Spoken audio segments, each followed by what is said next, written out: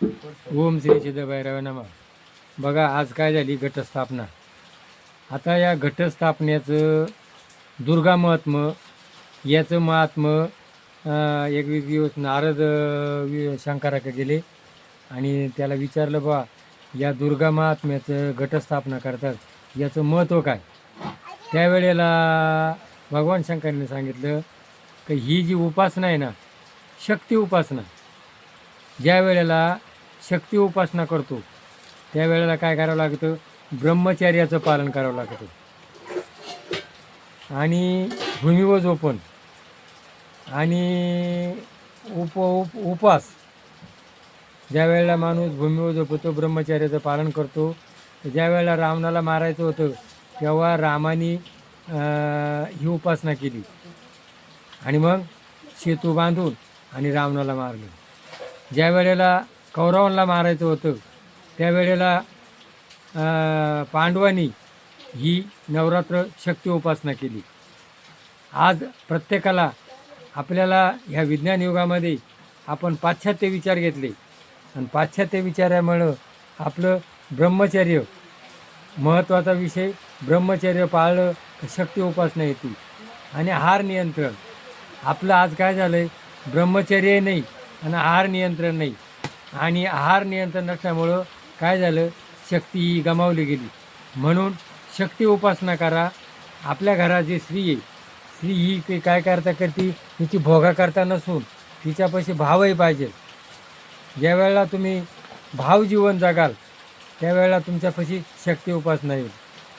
ज्या वेळेला कृष्ण वृंदावनामध्ये गरबा खेळत होते तिथं विषय वासना नव्हती, फक्त भाव वासना होती. आज काय झालं आहे, भाव निघून गेला आणि विषय तयार झाला. विषयामुळं काय केलं, शक्ती गमावली. आज म्हणून एकदा कौंडण्यपुरामध्ये एक ब्राह्मण होता आणि तो ब्राह्मण काय करायचा, त्याला 2-3 मुलं होती आणि गरिबी होती.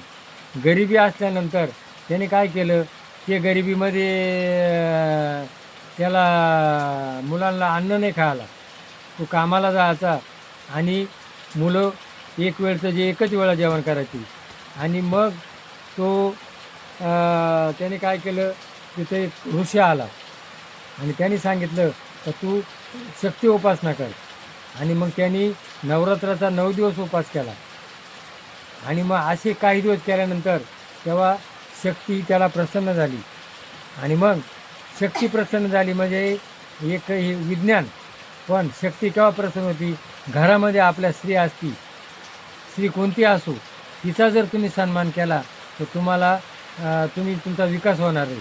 पण आपल्या घरात आपण स्त्रीचा सन्मान करत नाही, स्त्रीचा तिरस्कार करतो, स्त्रीकडे भावदृष्टी बघत नाही, फक्त आपण भोगदृष्टी बघतो. आणि मग ज्या वेळेला स्त्रीचा सन्मान केला त्यावेळेला त्याचे उद्धार झाला. आणि मग त्याला बंगला बांधून दिला, सोनं नाणं दिलं, धन दिलं. म्हणून आज जर तुम्हाला समाजात पुढे यायचं असेल तर काय पाहिजे, शक्ती उपासना. म्हणून देवीचे किती रूप प्रकारे, 8 प्रकारे. तर मग शक्ती स्त्री ही कोण आहे, आई, बायको, बहीण, चुलती, मावशी, मामी, मामे बहीण, चुलत बहीण, अशा या स्त्रिया आहेत. या स्त्रियांचा जर आपण सन्मान केला तर आपल्याला आपला शक्ती येईल, संपत्ती येईल, समाधानही होईल. म्हणून देवी स्त्री एक शक्ती आहे. म्हणून स्त्रीचा सन्मान करा. स्त्री नाही समजलं पाहिजे का मी कोण आहे, एक देवी. मग देवीनं कसं राहावा ते तिनं ठरवायचे. म्हणून हा नवरात्राचे 9 दिवस उपास करतात. आज इकडं तिकडं हिरवीगार जमीन आहे. आणि मग काय केले, आता शेतीचे निसूर राहिलेत आणि मग शेतीला भरघोस पिकं येतात.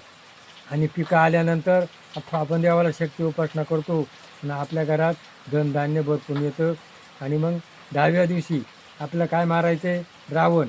माझ्यातला जो अहंकार आहे आणि अहंकार ज्या वेळेला मी मारला जाईल त्यावेळेला तिथं काय येईल, रामराज्य येईल. म्हणून आपल्याला रामराज्य आणायचं आहे.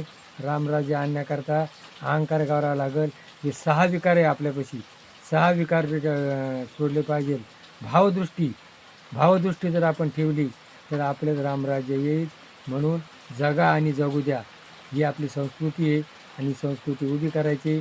आईबापाची सेवा करा, लहान मोठ्यांचा सन्मान करा आणि ज्या वेळेला आपण लहान मोठ्याचा सन्मान करू आणि गोरगरिबाची प्राणीमात्रावर दया करू त्यावेळेला आपल्याला खऱ्या अर्थानं सुख समाधान आणि आरोग्य मिळणार आहे. अशी शक्ती उपासना करा. जय भैरवनाथ.